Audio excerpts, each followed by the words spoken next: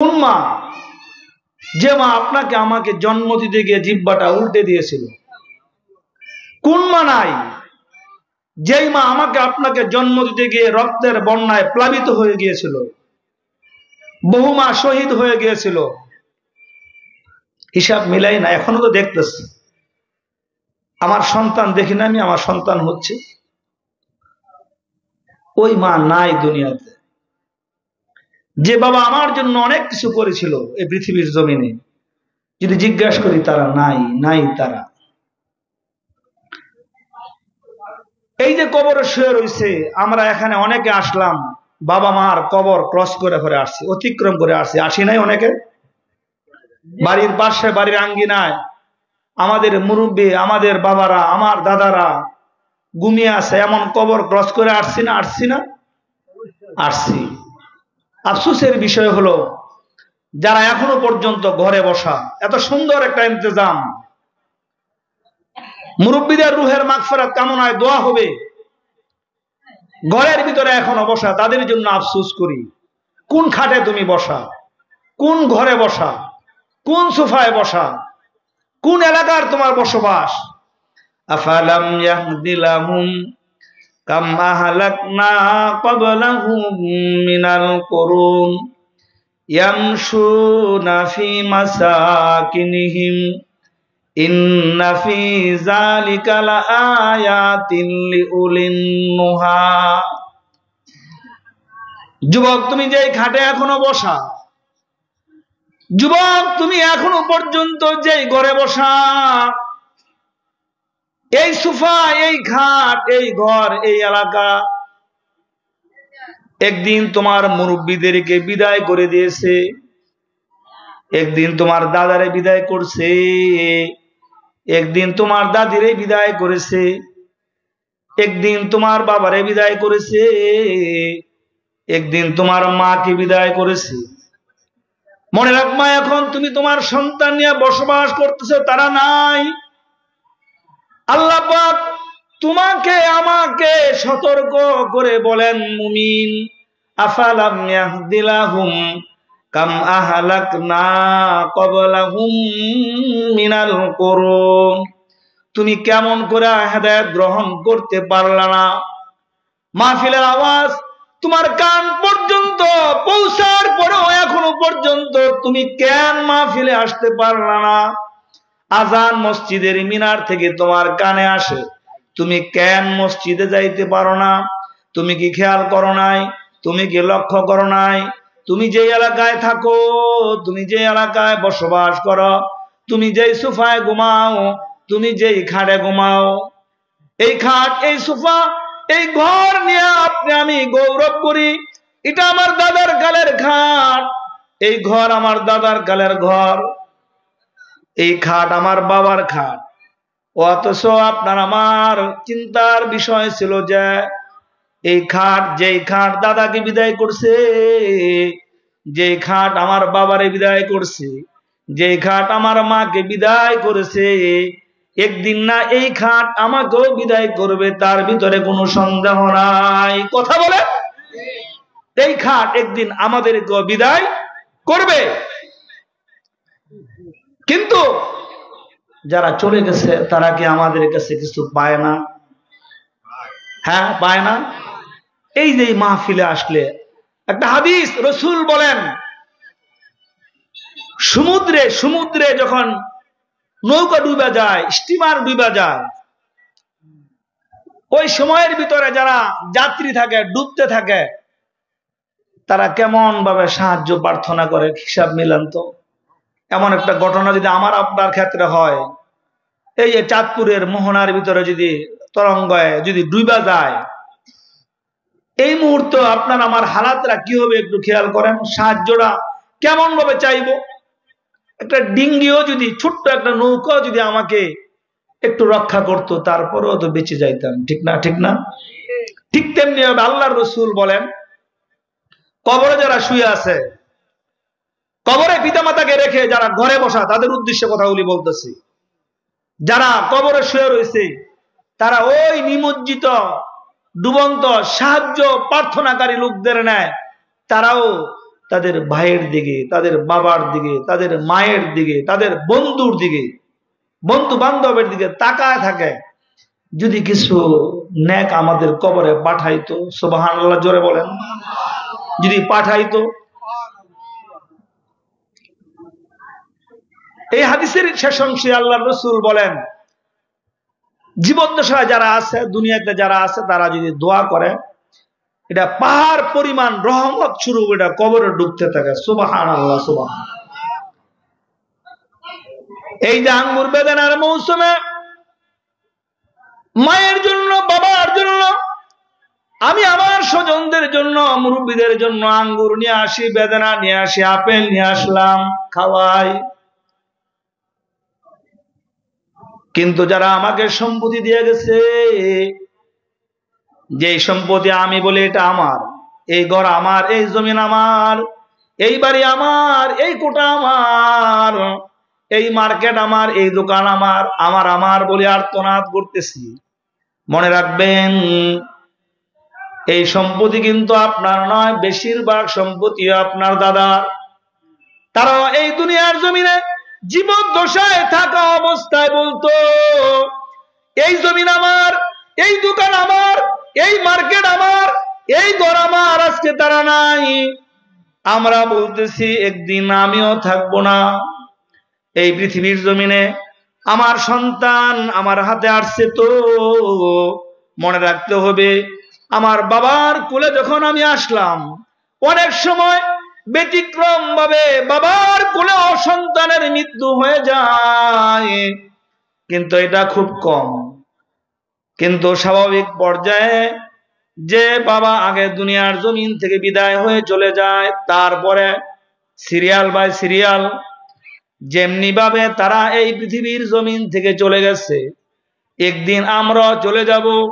যারা জীবদ্দশায় আছে, যারা জীবদ্দশায় আছে তাদের জন্য আঙ্গুর বেদনা, বিভিন্ন ধরনের ফল, মৌসুমের ফল আমরা ঘরে নিয়ে আসলাম।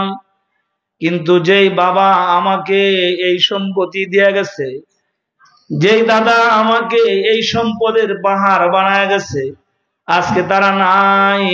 রাসূল বলেন, তুমি সন্তান হয়ে যদি 2 রাকাত নামাজ পড়ে তার জন্য যদি দোয়া করো, তুমি যদি এই দিনই মাহফিলে বসে বসে দোয়া করো, তাহলে আল্লাহর রাসূল বলেন যে জীবিত মানুষের হাদিয়া হলো যারা এই পৃথিবীর জমিন থেকে চলে গিয়ে 10 মণ 20 মণ মাটির চাপা খাইয়া অন্ধকার এতিম হয়ে কবরে শুয়ে রয়েছে, তাদের জন্য হাদিয়া হলো যারা আমরা জীবদ্দশায় আছি, আমাদের ইস্তেগফার আর দোয়া হাদিয়া স্বরূপ তাদের কবরের ভিতরে বসতে থাকে। সুবহানাল্লাহ জোরে বলি। এই জন্য আমরা কি চাই না যে আমাদের দোয়ার কারণে আমাদের মুরব্বীদের কবরের আযাব বন্ধ করে দিয়ে কিয়ামত পর্যন্ত কবরগুলিকে জান্নাতের বাগান হয়ে যাক? চাই না? চাই না? অবশ্যই চাই। আমরা যদি তাদের জন্য দোয়া করি, আরেকটা হাদিসে আসছে যে দোয়া যদি করি, এই দোয়ার উসিলায় আল্লাহ তাআলা তাদের কবরের মাকাম দারাজাত উঁচু করতে থাকে, উঁচু করতে থাকে। সুবহানাল্লাহ জোরে বলেন। যেমন আল্লাহর রাসূল বলেন, قال رسول الله صلى الله عليه وسلم إن الله يرفع الدرجة للعبد الصالح في الجنة فيقول يا ربي أن لي هذه فيقول باستغفار ولدك لك। আপনার আমার পয়গম্বর মুহাম্মাদুর রাসূলুল্লাহ সাল্লাল্লাহু আলাইহি ওয়াসাল্লাম হাদিসে পাকের ভিতরে ইরশাদ করেছেন, আমাদের মুরব্বীরা যারা 10 মণ 20 মণ মাটির চাপা খাইয়া ওই যে বাড়ির পাশে বাড়ির আঙ্গিনা যারা ঘুমিয়ে আছে, যাদের খবর আমাদের হাতে নাই, যারা 10 বছর হয়ে দুনিয়া ত্যাগ করেছে, যারা 20 বছর হয়েছে দুনিয়া থেকে বিদায় হয়ে চলে গেছে, যারা 30 বছর হয়ে গেছে, কবর পুরাতন হয়ে গেছে, কিন্তু তাদের খবর বাবা আমাদের হাতে নাই। অথচ ফেসবুকের জমানায়, হোয়াটসঅ্যাপের জমানায়, ইন্টারনেটের জমানায় সারা দুনিয়ার খবর আমার হাতের মুঠোতে আছে। আমেরিকায় বিমানে 24 ঘন্টা লাগে, কিন্তু ভিডিও কলে দেখে দেখে কথা বলি। যদি চেহারায় ছাপ দেখতে পাই, চেহারাটা মলিন দেখতে পাই, জিজ্ঞাসা করি তোমার কি হয়েছে বাবা, তোমার কি হয়েছে সন্তান, তোমার কি হয়েছে? সাথে সাথে এইটাও ভাবি যে আমেরিকা থেকে 2 লাখ 3 লাখ টাকা মাসে রুজি রোজগার করে আমার বাবা কিংবা আমার সন্তান আমার জন্য পাঠায়। পেরেশানির ছাপ চলে আসে। মসজিদে শুক্রবারে মিষ্টির ইন্তজাম করি। কেন? কয় আমার সন্তান দেখে দেখে বললাম, জিজ্ঞাসা করলাম কেমন আছে, পেরেশানির ছাপ দেখলাম, তাই মিষ্টি নিয়ে মসজিদে হাজির হয়ে যায়। পাশাপাশি ইমাম সাহেবকে আরো 100, 200, 500 টাকা হাদিয়া দেয়। কেন? যে আমার সন্তানের পেরেশানি যেন দূর হয়ে যায়। কিন্তু ওই যে আপনার আমার মুরব্বী যারা এতিম হয়ে কবরে শুয়ে রয়েছেন, তাদের খবর কিন্তু আমাদের হাতে নাই, তাদের খবর আমাদের কাছে নাই। তারা কোন হালাতে আছে, তারা কবরে কোন হালাতে আছে, আমরা কেউ বলতে পারবো না। আল্লাহর রাসূল বলেন, ওই যে আমরা এখানে বসে বসে দোয়া করতেছি, এই দোয়ার উসিলায় আল্লাহ তাআলা তাদের কবরগুলি অনেক সময় জান্নাতের আলা মাকাম করে দেয়, জান্নাতের আলো বাতাস দেয়া ভরপুর করে দেয়। বান্দায় আল্লাহর দরবারে বলে, রাসূল বলেন আন্নালি হাদিহি, আল্লাহর রাসূল বলেন, বান্দায় জিজ্ঞাসা করে, ওগো আল্লাহ, আজকে 20 বছর যাবত আমি কবরে শুয়ে রইলাম, কোনদিন আমার কবরটা জান্নাতের আলো বাতাস দেয়া ভরপুর হয় নাই, আজকে হঠাৎ কেমন করে আমার কবরটা জান্নাতের আলো বাতাস দেয়া ভরপুর হয়ে গেছে? রাসূল বলেন, বিইস্তিগফারি ওয়ালাদিকা লাক, ওই যে তোমার নেক সন্তান, তোমার আদর্শ সন্তান, দিনী মাহফিলের আওয়াজ তার কান পর্যন্ত পৌঁছার পরে ঘরে বসে রয় নাই, সে দিনী মাহফিলে এসে দিনী মাহফিলে বসে বসে তোমার জন্য মন প্রাণে দোয়া করতেছে। আল্লাহ, যেই বাবা আমাকে এত কষ্ট করে লালন পালন করেছিল, যেই মায়ের কোলে আমি প্রস্রাব করে দিতাম, যেই মায়ের কোলে আমি প্রস্রাব পায়খানা করে দিতাম, শীতের রজনীতে ডান পাশে প্রস্রাব করলে বাম কাঁধে শোয়াইতো, বাম কাঁধে প্রস্রাব করলে মা প্রস্রাবের উপর শুয়ে থেকে থেকে আমাকে বুকের উপর শোয়াইতো। ওই মা কবরে শুয়ে রইছে। আল্লাহ, তুমি ওই মায়ের হায়াতে জিন্দেগির গুনাহ মাফ করে দিয়ে ওই মাকে জান্নাতের আলা মাকাম দান করো। আল্লাহর রাসূল বলেন, ওই যে সন্তানেরা দোয়া করতেছে, এই দোয়ার উসিলায় আল্লাহ রাব্বুল আলামিন তোমার কবরটা জান্নাতের আলো বাতাস দিয়া ভরপুর করে দিয়েছে। সুবহানাল্লাহ, জোরে বলি সুবহানাল্লাহ। এই জন্য এই ধরনের মাহফিল সবসময় যাবেন, দোয়া করবেন। কেমন হাঁটতে চলতে ফিরতে, আমার আগের পূর্বের আলোচক আলোচনা করছেন না, একবার সূরা ইখলাস পাঠ করলে 10 পারা, 3 বার পড়লে 30 পারা। এটা হাদিস, বারণগত না, হাদিস। হাঁটতে চলতে কবরের পাশ দিয়ে যাইতেছেন, এতটুকু আমরা কি পারি না? পারি না? যদি বলি পারি না, কেন পারেন না? কেন পারেন না? বাড়ির মানুষ হিসেবে কথা বলতেছি। আপনি পারেন না, তাহলে আপনার সন্তান যেন বঞ্চিত না হয়। ফিকির মাথায় আনেন, ফিকির মাথায় আনেন। কেন? যে পৃথিবীর জমিন আল্লাহ তাআলা আমাদেরকে প্রেরণ করছেন শুধু বেশি সম্পত্তির মালিক হওয়ার জন্য নয়। কথা বলেন, শুধু বেশি টাকার মালিক হওয়ার জন্য নয়।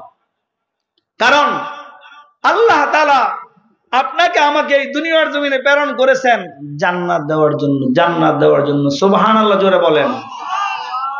কি দেওয়ার জন্য? জান্নাত। এমনি বানায় নাই। আমরা ছিলাম কোথায় বলেন? আলমে আরওয়াহে। আল্লাহ পাক আলমে আরওয়াহ থেকে এমনি পাঠাই দিছে। কথা বলেন, এমনি পাঠাইছে? কেমনে পাঠাইছে? মায়ের পেটের মাধ্যমে। কিসের মাধ্যমে? কিসের মাধ্যমে? মায়ের পেটের মাধ্যমে পাঠাইছে আল্লাহ তাআলা, এতে কোনো সন্দেহ নাই। নতুবা খেয়াল করেন, এটা আমার আলোচনা না, একটু খেয়াল করেন শুধু। এই যে আপনি আমি মায়ের পেটে জন্ম হয়েছি, পেটের ভিতরে, পেটের ভিতরে জরায়ুর অন্ধকার, আতুজুরির অন্ধকার, চামড়ার অন্ধকার, গোশতের অন্ধকার, এটাও কোরআনে আছে। ইয়াখলুকুকুম ফি বুতুনি উম্মাহাতিকুম খালকান বাদা খালকিন ফি যুলুমাতিন সালাস। আল্লাহ পাক বলে, মুমিন একবার খেয়াল করে দেখো, আমি আল্লাহ আমার কুদরতি শক্তির মাধ্যমে তোমাকে এক ফোঁটা নাপাক পানি থেকে আমি তোমাকে কত সুন্দর অবয়বে বানাইলাম। হিসাব মিলায় দেখো। আল্লাহ পাক বলেন, ওয়ালাকাদ খালাকনাল ইনসানা মিন সুলালাতিন মিন তিন সুম্মা জাআলনাহু ফি করারিম মাকিন। আল্লাহ পাক বলেন, এক ফোঁটা নাপাক পানি আমি তোমার মায়ের পেটের ভিতরে সংরক্ষিত আধারে অন্ধকারে রাখলাম। এই অন্ধকারের ভিতরে আমি তোমাকে এই এক ফোঁটা বীর্য রক্তে পরিণত করলাম, জমাট রক্তে। এটাকে আবার আমি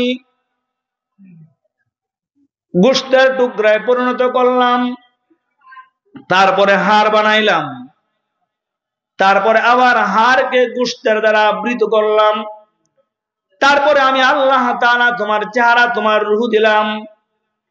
ওই যে আমি মায়ের পেটে বানাইলাম, একবার হিসাব মিলায় দেখছো? এই দুনিয়ার জমিনে যত বড় বিজ্ঞানিক হোক না কেন, যত বড় গবেষক হোক না কেন, দুনিয়ার জমিনে যদি কিছু বানাইতে চায়, হয়তোবা বিদ্যুতের প্রয়োজন হয়, বিদ্যুতের লাইটের প্রয়োজন হয়, অথবা সূর্যের আলোর প্রয়োজন হয়, টর্চ লাইটের প্রয়োজন হয়। আলো ছাড়া দুনিয়ার জমিনে কেউ কিছু বানাইতে পারে না, করতে পারে না। কথা বলেন ঠিক না বেঠিক? কিন্তু আল্লাহ তাআলা নিজের সৃষ্টির কথা নিজে মিলান। আল্লাহ তাআলা বলেন, মুমিন হিসাব মিলা দেখো, তোমরা আমার নাফরমানিতে লিপ্ত, আযান তোমাদের কান পর্যন্ত আসার পরও তোমার দিল গলে না, তুমি মসজিদে যাও না। আমি আল্লাহ তোমাকে কত মেহনত করে, কত সুন্দর করে বানাইলাম। ইয়াখলুকুকুম ফি বুতুনি উম্মাহাতিকুম খালকান বাদা খালকিন ফি যুলুমাতিন সালাস। আল্লাহ পাক বলেন, মুমিন আমি তোমার মায়ের পেটে সৃষ্টি করেছি কত নিখুঁত ভাবে। হিসাব মিলায় দেখো, এখানে কোনো আলো নাই, এখানে কোনো কিছু নাই। বিদ্যুতের আলো ওই জায়গায় নাই, সূর্যের আলো ওই জায়গায় নাই। আমি আল্লাহ আমার কুদরতি শক্তির মাধ্যমে তুমি হিসাব মিলায় দেখো, তোমার চোখের জায়গায় চোখ, তোমার নাকের জায়গায় নাক, তোমার কপালের জায়গায় কপাল, অর্থাৎ মাথার চুল থেকে শুরু করে পায়ের নখ পর্যন্ত আমি আল্লাহ আমার কুদরতি শক্তির মাধ্যমে তোমাকে বানাইলাম। কেমনে বানাইলাম? আমি কি তোমারে এমনি বানাইছি? এমনি দুনিয়ার রং তামাশার জন্য বানাইছি? এই দুনিয়ার জন্য আমি তোমাকে বানাই নাই। মায়ের পেট দিয়া, মায়ের পেট ছাড়া যেরকম ভাবে দুনিয়ায়, পেট ছাড়া দুনিয়ায় আসা যায় না, ঠিক তেমনি ভাবে দুনিয়ার পেট ছাড়া মানুষ জান্নাতে ঢুকতে পারবে না। আমি মুমিন, আমি তোমাকে বানাইলাম। আমি আল্লাহ তোমাকে সৃষ্টি করেছি জান্নাত দেওয়ার জন্য। আমি আল্লাহ তোমাকে সৃষ্টি করলাম জান্নাত দেওয়ার জন্য। দুনিয়ার জমিনে হাজারো নয়, বরং লক্ষ লক্ষ মাখলুকাত সৃষ্টি করেছি, এগুলি সব তোমাদের জন্য। আর তোমাদেরকে সৃষ্টি করেছি জান্নাত দেওয়ার জন্য। কিন্তু তার আগে কিছু দায় দায়িত্ব আছে। আমি আল্লাহ তোমাকে কিছু যোগ্যতা দিয়েছি। আল্লাহ পাক বলেন, ফাআলহামাহা ফুজুরাহা ওয়া তাকওয়াহা। আল্লাহ পাক বলেন, তোমাকে গুনাহ করার যোগ্যতা আমি আল্লাহ দান করলাম, তোমাকে নেক কাজ করার যোগ্যতা আমি আল্লাহ দান করলাম। মুমিন, তুমি যদি নেক কাজ করো, তুমি যদি গুনাহমুক্ত পরিবেশে তোমার জীবন গঠন করো, তাহলে তুমি মনে রাখবা আমি যে আল্লাহ তাআলা তোমাকে বানাইলাম।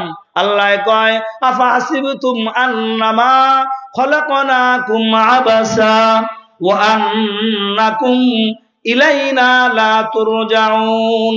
আল্লাহ পাক বলেন আমি তোমাকে এমনি বানাই নাই। তুমি কি ধারণা করছো আমি এমনি বানাইছি? না না না, আমি তোমাকে এমনি বানাই নাই। আফাহাসিবতুম আন্নামা খলাকনাকুম আবাসা ওয়া আন্নাকুম ইলাইনা লা তুরজাউন। আমার দিকে প্রত্যাবর্তিত হবে না, হবে না, হবে না। এমনি বানাইছি? এমনি বানায় নাই। আল্লাহ পাক বানাইছে আমরা যেন আল্লাহর ইবাদত বন্দেগী আর গোলামি করে করে জান্নাতের মালিক হয়ে যায়। জোরে বলেন সুবহানাল্লাহ। কিন্তু আল্লাহ আমাদেরকে বানাইছে এই জন্য আমরা দুনিয়ার ধোঁকায় পড়ে। আর মানুষের তবিয়ত, মানুষকে আল্লাহ তাআলা যোগ্যতা দিয়ে বানাইছে যে মানুষ গুনাহ করবে, আবার কি করবে বলেন বলেন, তওবা করবে। সুবহানাল্লাহ, জোরে বলেন।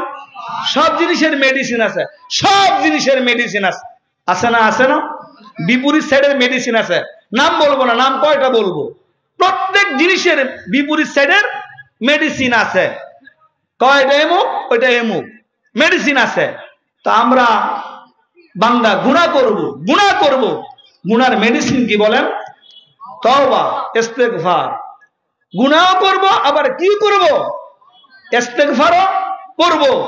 তাহলে বান্দা যদি গুনাহ করে আর বারবার তওবা করে, রাসূল বলেন মা সুররা মান ইস্তাগফারা, সে পুনর্বার বারবার সে গুনাহ করে নাই, যে ইস্তেগফার পরে। সুবহানাল্লাহ, জোরে বলেন। হাদিসের শেষ অংশে রাসূল বলেন ওয়া ইন আদা ফিল ইয়াউমি ৭০ মাররা, যদি দৈনিক ৭০ বার তওবা ভঙ্গ করে, তারপরে সে বারবার গুনাহ করে নাই। এই জন্য আমাদের দ্বারা গুনাহ হইতেই পারে। এই জন্যই তো এই দিনী মাহফিলের ইন্তজাম। বলছিলাম যারা দুনিয়া থেকে চলে গেছে তাদের জন্য উপকারী, আমাদের জন্য কি উপকারী। এই যে আমরা আলোচনা শুনতেছি, এই মাদ্দা অনেকে আমরা কোরআন শরীফের তরজমা জানি না, হাদিস জানি না, এখানে শিখি আমরা। কি বলেন, শিখতেছি না? এই যে আল্লাহ তাআলা দুনিয়ার ধোঁকায় পড়ে হয়তোবা আমাদের ব্রেন শক্তি দুনিয়ামুখী হয়ে যেতে পারে, কারণ বানাইছে তো জান্নাতের জন্য, কিন্তু হয়ে যেতে পারে। এই জন্যই তো এই নিজামে আদম নবী থেকে নিয়ে আমাদের নবী পর্যন্ত যুগ যুগ ধরে নবী পাঠাইছে না? কথা বলেন। নবীদের কাজ কি ছিল? কি ছিল? দাওয়াত দেওয়া। এই ধারাবাহিকতা এইটা, ওই ধারাবাহিকতাই এইটা। নবীদের কাজ যেটা ছিল, এই যে টঙ্গীর ময়দানে যে কাজ হয়েছে, ওই ধারাবাহিকতাই এইটা। প্রত্যেকটা মানুষ কি করে দিনমুখী হয়ে যায়। আবার আল্লাহ তাআলা মানুষকে বানাইছেন, দুনিয়ার অপশন দিছেন। আমি যে আয়াতে কারিমা আপনাদের সম্মুখে তেলাওয়াত করেছি, আবার আল্লাহ তাআলা সতর্কও করেছেন। সুবহানাল্লাহ, জোরে বলেন। যে বান্দায় গুনাহ করবে, তওবা করবে, আবার বান্দা এদিক সেদিক চলে যাবে, কিন্তু যেন ভয় পায়, আল্লাহর সামনে যেন হাজির হবে, তো ওই জিনিসটাকে যেন ভয় পায়। এই জন্য আল্লাহ তাআলা সতর্ক করেছেন। কি করছেন? সতর্ক করছেন যে দুনিয়ার চাকচক্যের দিকে পড়ে বান্দার জেহেন, ব্রেন, চাল চলন যদি এদিক সেদিক হয়েও যায়, আল্লাহ এই জন্য বারবার সতর্ক করেছেন, মুমিন ভয় করো ওই দিনকে, ভয় করো ওই দিনকে। আমরা কালিমা পড়ছি, পড়েন সবাই, লা ইলাহা ইল্লাল্লাহু মুহাম্মাদুর রাসূলুল্লাহ। আমরা কালিমা পড়ছি না? আমরা কালিমা পড়ছি। এই কালিমা সংক্ষিপ্ত কালিমা। আরেকটা কালিমা আছে ঈমানে মুফাসসাল। পারেন না সবাই? হ্যাঁ যুবকরা, পারো না তোমরা? ঈমানে মুফাসসাল, এটা ঈমান। কি কি? আমানতু বিল্লাহ ওয়া মালাইকাতিহি ওয়া কুতুবিহি ওয়া রুসুলিহি ওয়াল ইয়াউমিল আখির ওয়াল কদরি খায়রিহি ওয়া শাররিহি মিনাল্লাহি তাআলা ওয়াল বাসি বাদাল মাউত। ঈমানে মুফাসসাল এর মানে কি? এর মানে হলো আমানতু বিল্লাহ, আমি আল্লাহর উপর ঈমান আনয়ন করলাম। এর মানে কি? এর মানে হলো এই আকাশ আর এই জমিন, তার মাঝখানে যা কিছু আছে যিনি সৃষ্টি করেছেন তিনি কে? তিনি আল্লাহ। 2 নাম্বার হলো ওয়া মালাইকাতিহি, ফেরেশতাদের উপর ঈমান আনয়ন করা। দুনিয়ার সকল ফেরেশতা আমরা জানি, ডান কাঁধেও ফেরেশতা আছে, বাম কাঁধেও ফেরেশতা আছে। বান্দায় গুনাহ করে তাও লেখে, বান্দায় নেক কাজ করে তাও লেখে। এটা আমাদের ঈমান আছে। কিন্তু ওই যে ঈমান কেমন কেমন জানি মনে হয়, কিন্তু যখন আজরাইল ঘরে ঢুকে যায় কোনো সন্দেহ হয় না। কথা বলেন? কোন ফেরেশতা সম্পর্কে বিশ্বাস না থাকলেও আজরাইল সম্পর্কে আমাদের 16 আনা বিশ্বাস আছে। আজরাইল সম্পর্কে না, সব ফেরেশতা সম্পর্কে আমাদের ঈমান আছে, সকল ফেরেশতা।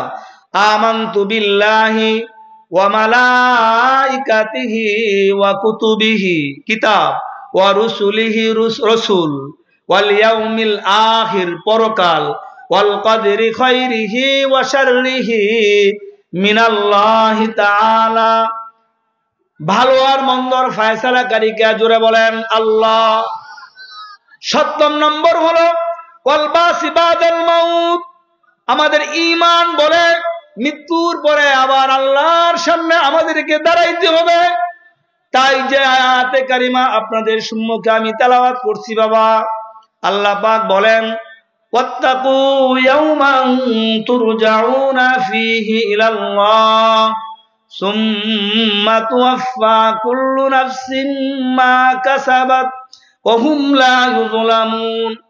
আল্লাহ পাক বলেন ভয় করো ওই দিনকে, যেই দিন তুমি আল্লাহর সামনে দাঁড়াবে, যেদিন আপনজন বলতে তোমার পাশে কেউ থাকবে না।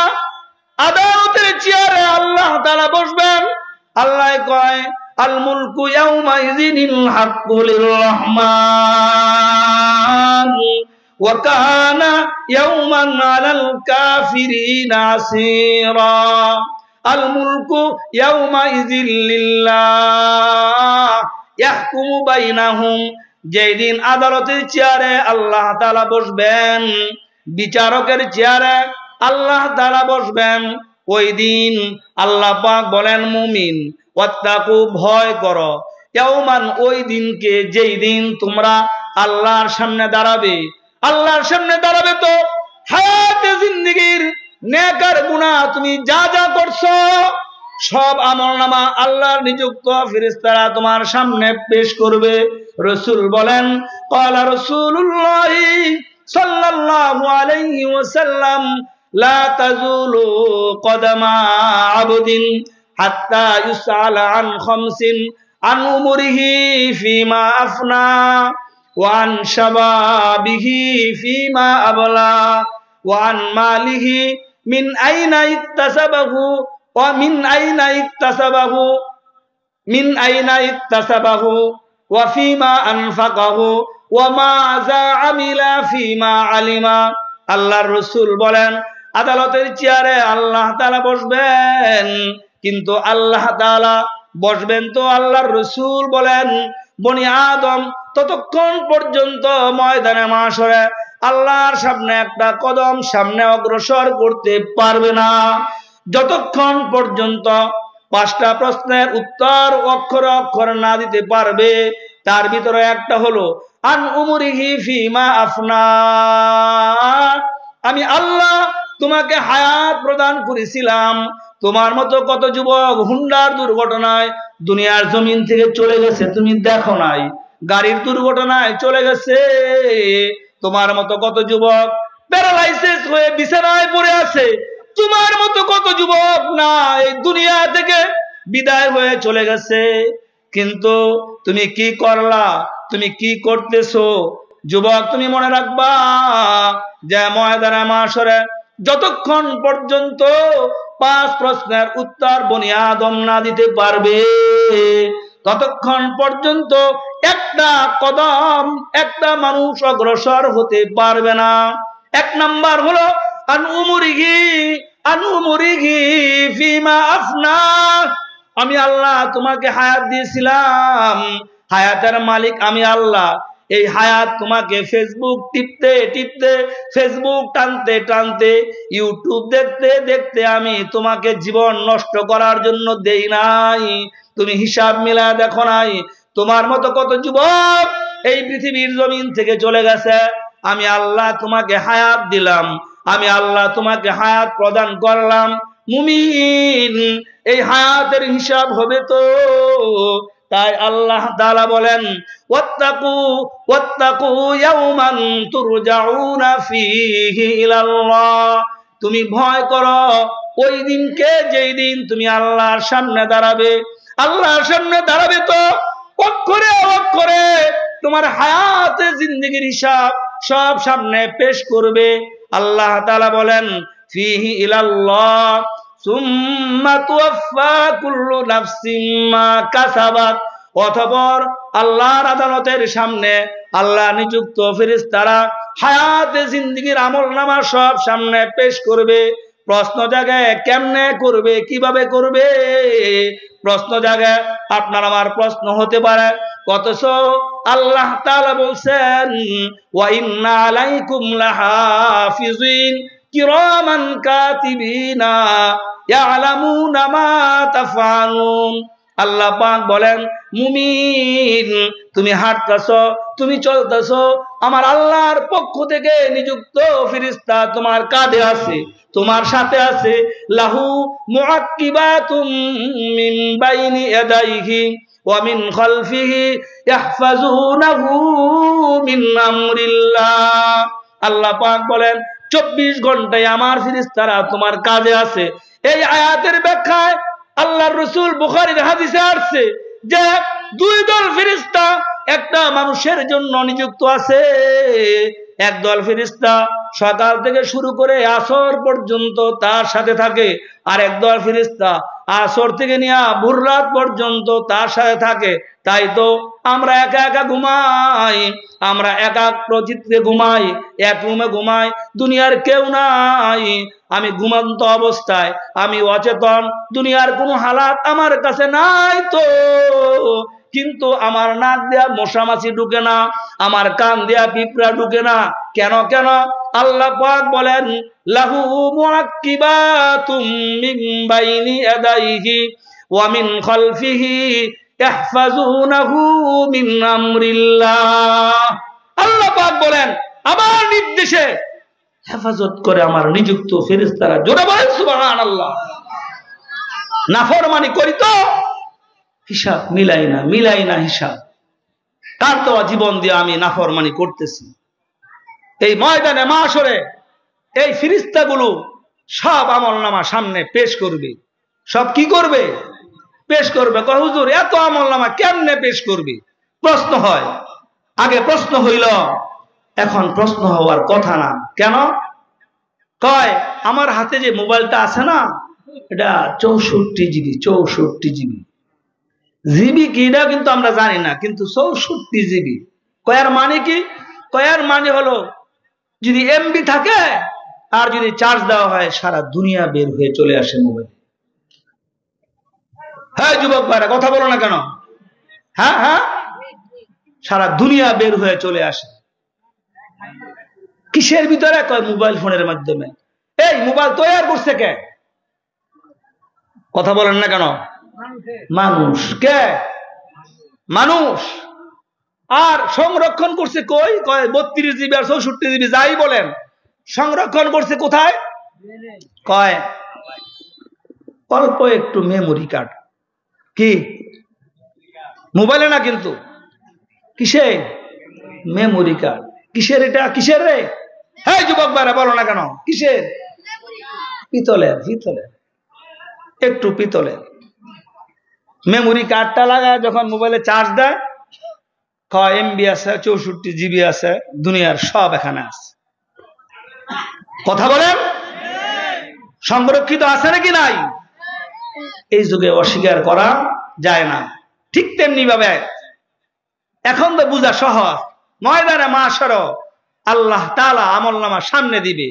ওয়াউদিয়াল কিতাবু ফাতারাল মুজরিমিনা মুশফিকিনা মিম্মা ফিহি ওয়ায়াকুলুনা ইয়া ওয়াইলাতানা মা লিহাদাল কিতাব লা ইউগাদিরু সাগীরাতান ওয়ালা কাবীরাতান ইল্লা আহসাহা ওয়াজাদু মা আমিলু হাযিরা ওয়ালা ইয়াযলিমু রাব্বুকা আহাদা। আল্লাহ পাক রব্বুল আলামিন বলেন, হাসরের কঠিন ময়দানে যখন আল্লাহর নিযুক্ত ফেরেশতারা বান্ডেল আকারে আপনার সামনে সব আমলনামা পেশ করবে, সব আমলনামা যখন সামনে পেশ করবে, বান্দা তাকায় দেখবে ওয়াউদিয়াল কিতাবু ফাতারাল মুজরিমিনা মুশফিকিনা মিম্মা ফি। বান্দায় ভীত সন্ত্রস্ত হয়ে কাঁপাকাঁপি করে আল্লাহর দরবারে প্রার্থনা করবে, আল্লাহ ইয়া ওয়াইলাতানা মা লিহাদাল কিতাব। এটা কেমন আমলনামা যে আমলনামার ভিতরে ছোট আমলও ছুটে যায় নাই, বড় আমলও ছুটে যায় নাই। আমি অন্ধকারে একাগ্র চিত্তে কম্বলের নিচে বসে বসে আমি ফেসবুক দেখেছিলাম, আমি ইউটিউব দেখতেছিলাম, দুনিয়ার কেউ দেখে নাই, দুনিয়ার কেউ ছিল না, আমার মাও ছিল না, আমার বাবাও ছিল না, দুনিয়ার কেউ ছিল না। আমি একাগ্র চিত্তে একা একা আমি মোবাইল দেখতেইছিলাম। দেখতে দেখতে রাত্রে 3টা বেজে গেছে, তারপরও দেখতাম অশ্লীল ভিডিওগুলি দেখতাম। একবারও হিসাব মিলা দেখি নাই কোন আঙ্গুল দিয়া আমি টানাটানি করছি। এমন আঙ্গুল না, এমন হাত না, আমার মতো কত যুবকের হাত না প্যারালাইসিস হয়ে বিছানায় কাতরাচ্ছে, নিজের খাবার নিজে খাইতে পারে না, নিজের গোসল নিজে করতে পারে না, যুবক হয়ে গেছে, নিজের জামাটাও নিজে পরতে পারে না। এমন না কত মানুষ আছে। আমি এই হাত দিয়া টানাটানি করছি, আর আল্লাহর দেওয়া আমানত যেই চোখ আমার মালিক আমাকে দান করেছে, আমার মাও দেয় নাই, আমার বাবাও দেয় নাই, দোকানেও পাওয়া যায় নাই, নষ্ট হইলেও পাওয়া যায় না, চক্ষু চলে গেলে আর দেখা যায় না। যেই চক্ষু আল্লাহ তাআলা আমাকে দান করেছে, এই চোখ দিয়ে আমি গুনাহ করতে আসি, হেডফোন লাগায়া আমি শুনতে আসি, আমার হিসাব নাই। এই কান আমার কাছে আমানত, এই চক্ষু আমার কাছে আমানত, এই জবান আল্লাহ তাআলা আমাকে আমানত স্বরূপ দান করেছেন। কোন জবান দিয়ে আমি গুনাহ করছি, কোন কান দিয়ে আমি গুনাহ করতেছি, কোন ব্রেন দিয়ে আমি গুনাহ করতেছি, কোন চোখ দিয়ে আমি গুনাহ করতেছি। ময়দানে মাশরে বান্দা এই আমলনামা দেখে দেখে আল্লাহর কাছে, আল্লাহর সামনে বলতে থাকবে, ইয়া ওয়াইলাতানা মা লিহাদাল কিতাব লা ইউগাদিরু সাগীরাতান ওয়ালা কাবীরাতান ইল্লা আহসাহা ওয়াজাদু মা আমিলু হাযিরা ওয়ালা ইয়াযলিমু রাব্বুকা আহাদা। আল্লাহ পাক বলেন, যা কিছু দুনিয়াতে করছি সব সামনে পেশ করবে, সব সামনে পেশ করবে। ওই দিন কারো কারো আমলনামা ডান হাতে হবে। কথা বলেন, কারো কারো আমলনামা ডান হাতে হবে, আবার কারো কারো আমলনামা বাম হাতে হবে। হিসাব মিলাই না এখানে বসে থেকে আমার আমলনামার কোন পজিশন কে মিলাবে, হিসাব মিলাই, এখানে মিলাই। কারণ ময়দানে মাশার সামনে দিবে সামনে দিয়া গলার মালা বানায়া কিতাব আকারে বান্ডিল আকারে দিয়া বলবে, ইকরা কিতাবাকা কাফা বিনাফসিকাল ইয়াউমা আলাইকা হাসিবা। বান্দা, হায়াতে জিন্দেগীর আমলনামা আমি তোমাকে গলার মালা বানায়া দিয়া পেশ করলাম। তুমি তাকায় দেখো তুমি কি জান্নাতের উপযোগী না তুমি জাহান্নামের উপযোগী? একটা ভালো ছাত্র পরীক্ষার হল থেকে বের হলে বাবা জিজ্ঞাসা করে তুমি কত আনসার করছো? কয় বাবা আমি 16 আনা আনসার করছি। আর একজন বলে আমি মনে হয় 80 নাম্বার পাবো, আর একজনে বলে আমি 60 নাম্বার পাবো, আর একজনে কিছুই বলতে পারে না। এর মানে হলো সে ঘোড়ার ডিম পাবে। কথা বুঝেন নাই? বলতে পারে না যখন বোঝা গেল সে কি করে নাই, পারে নাই। হাসরের কঠিন ময়দানে আল্লাহ তাআলা বান্দাকে বলবে ইকরা ইকরা কিতাবাকা কাফা বিনাফসিকাল ইয়াউমা আলাইকা হাসিবা।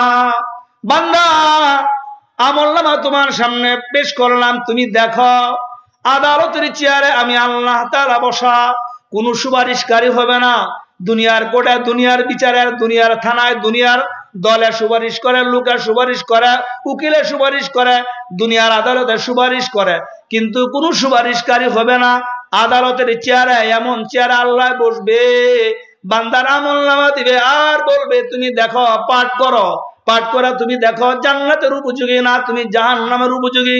আশপাশ কোনো মানুষের দিকে তুমি তাকায় থেকো না, কারণ আমি এই কথাটাও তোমাকে সতর্ক করে দুনিয়ার জমিনে আমি বলে দিয়েছি। আল্লাহ পাক বলেন ওয়াত্তাকু ইয়াওমান লা তাজজি নাফসুন আন নাফসিন শাইআন ওয়ালা ইউকবালু মিনহা আদলু ওয়ালা তানফাউহা শাফাআতু ওয়ালা হুম ইউনসারুন। আল্লাহ পাক বলেন ভয় করো ওই দিনকে যেদিন তোমার আপনজন বলতে কেউ তোমার আশপাশ থাকবে না। যাদের জন্য জীবন বিসর্জন দিচ্ছ, যাদের জন্য পাতার গাম মাথায় ফেলে ফেলে, যাদের জন্য হালাল হারাম তারতম্য না করে সম্পদের পাহাড় বানাইতেছ, আল্লাহ পাক বলেন ওই দিন তোমার আপনজন বলতে তোমার আশপাশ কেউ থাকবে না, কোনো সুপারিশকারী হবে না, কোনো প্রতিবেশী হবে না, কেউ হবে না। আল্লাহ পাক বলেন ওয়ালা হুম ইউনসারুন, তোমার সাহায্যকারী বলতে কেউ থাকবে না। ওই দিন আমলনামা তোমার সামনে দিবে, আমলনামা ডান হাতেও হতে পারে, আমলনামা বাম হাতেও হতে পারে। আমলনামা যদি ডান হাতে হয় আল্লাহ পাক বলেন ফাআম্মা মান উতিয়া কিতাবাহু বিয়ামিনিহি ফাআম্মা মান উতিয়া কিতাবাহু বিয়ামিনিহি বিয়ামিনি, যেদিন আমলনামা ডান হাতে হবে তারা তাদের স্বজনদের কাছে ফাসাউফা ইউহাসাবু হিসাবান ইয়াসীরা ওয়া ইয়ানকালিবু ইলা আহলিহি মাসরুরা। আল্লাহ পাক বলেন যাদের আমলনামা ডান হাতে হবে, বাবা আমলনামা ডান হাতে হলে তারা তাদের স্বজনদের কাছে আনন্দ চিত্তে খুশিয়ে খুশিয়ে ডেকে ডেকে বলবে ওরে হে আমার ভাই, হে আমার বাবা, হে আমার প্রতিবেশী, তাকায় দেখ না কত সুন্দর আমলনামা। আরেক আয়াতে আল্লাহ পাক বলেন ফাআম্মা মান উতিয়া কিতাবাহু বিয়ামিনিহি ফায়াকুলু হা উমকরাউ কিতাবিয়া। তাকায় দেখ না কত সুন্দর আমলনামা। স্বজনদের কাছে ডেকে ডেকে বলবে ওরে তাকায় দেখ না কত সুন্দর আমলনামা। এভাবে বলতে থাকবে আর আশপাশ প্রতিবেশী গুলো ডেকে ডেকে বলবে একই মহল্লায় বসবাস করতাম, একই ঘরে থাকতাম, একই পাতিলের খানা খাইতাম, একই বাজারের বাজার খাইতাম, তোমার আমলনামা এত সুন্দর কেমনে, কিভাবে এত সুন্দর আমলনামা। বান্দাই আল্লাহর দরবারে প্রার্থনা করে করে বলতে থাকবে ইন্নী জানান্তু আন্নী মুলাকিন হিসাবিয়া। বান্দায় ওই দিন ওই সময় বান্দায় তার কাছে ডেকে ডেকে বলবে শুনবে আটসপ্পুর মসজিদের মাহফিলে আমি গিয়েছিলাম, আমি শুনেছিলাম আল্লাহর আদালতের সামনে আমাকে দাঁড়াইতেই হবে, আমাকে আল্লাহর সামনে হিসাব দিতেই হবে, আমলনামা সব সামনে পেশ করবে। তাই হাসরের ময়দানে যেহেতু আল্লাহর আদালতের সামনে আমাকে দাঁড়াতে হবে, তাই আমি গুনাহ করি নাই, আমি নেককার সারি নাই, আমার সাধ্য মোতাবেক আমি হায়াতে জিন্দেগি আল্লাহ আল্লাহ রসুলের পন্থায় আমি অবলম্বন করেছি। ইন্নী জানান্তু আন্নী মুলাকিন হিসাবিয়া। বলবে আমি তো এই দিনকে বিশ্বাস করছিলাম। কি করছিলাম? এই দিনকে বিশ্বাস করছিলাম। যেহেতু বিশ্বাস করছি যে আমার সামনে হাসর নসর আছে, আল্লাহর আদালতের সামনে আমাকে দাঁড়াইতে হবে, তাই আমি গুনাহ করি নাই গুনাহ। নেক কাজ, কথা বলেন, নেক কাজ ছাড়ি নাই। আমরা কি আমার এই দীর্ঘক্ষণ আলোচনা থেকে আমরা কি আজকে একটা সিদ্ধান্ত নিতে পারি না যে আমি গুনাহ করব না, ইনশাআল্লাহ গুনাহ করব না? আর ইনশাআল্লাহ বলি ইনশাআল্লাহ। আর নামাজ তরক করব না, আর নামাজ কাজা করব না, নিয়ত করতে পারি না?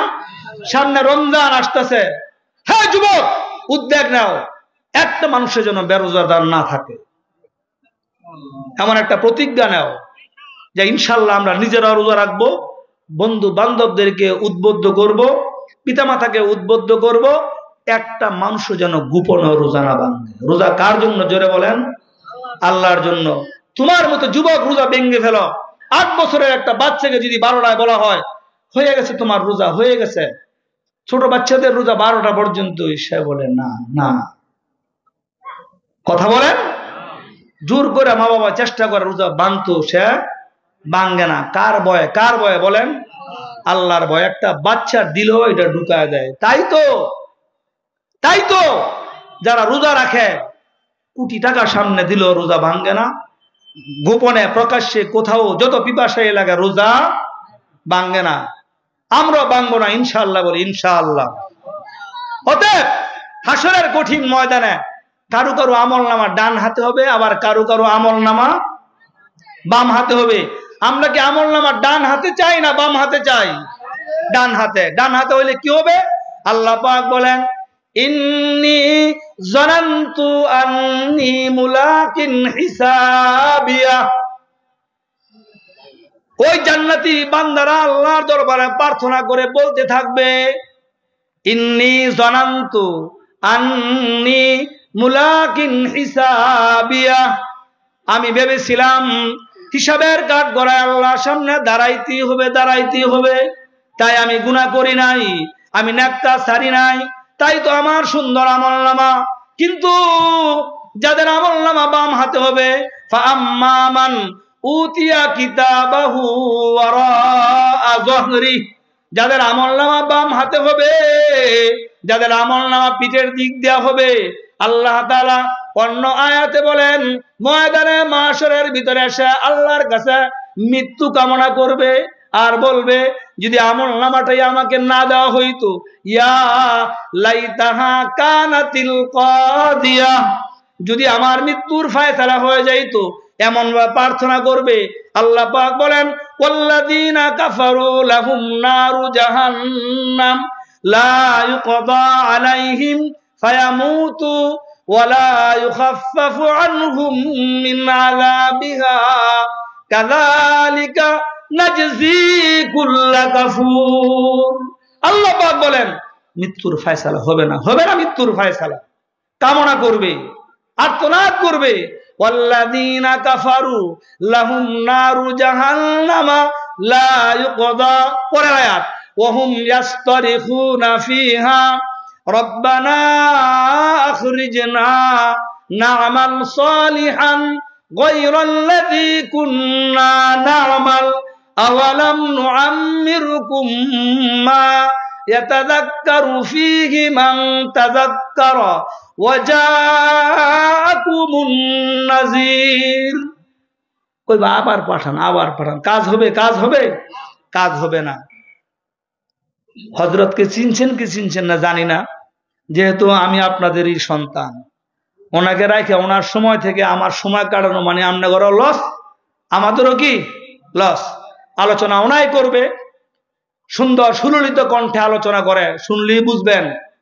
মনোযোগ দিয়া যারা এদিক সেদিক ঘোরাফেরা করতেছেন, নিয়ত করি ইনশাআল্লাহ বলি একটা লোক উঠবো না, ইনশাআল্লাহ বলি ইনশাআল্লাহ। আবার উড়ার অনুমতি আছে 10 মিনিট ওয়াজ শোনার পরে উঠে যায়, 10 মিনিট শোনার পরে উঠে যায়, কিন্তু একটা লোক উঠবো না, ইনশাআল্লাহ বলি ইনশাআল্লাহ। আখিরে মোনাজাত করে আমার আলোচনা থেকে যা পাইলেন, আমাদের মুরব্বীদের জন্য দোয়া করব, নিজের আত্মশুদ্ধির জন্য দোয়া করব। আল্লাহ আমাদেরকে বুঝার বুঝবার আমল করার তৌফিক দান করুক। সকলে বলেন আমিন। ওয়া আখিরু দাওয়ানা আনিল হামদুলিল্লাহি রাব্বিল আলামিন। আসসালামু আলাইকুম ওয়া রাহমাতুল্লাহি ওয়া বারাকাতুহু।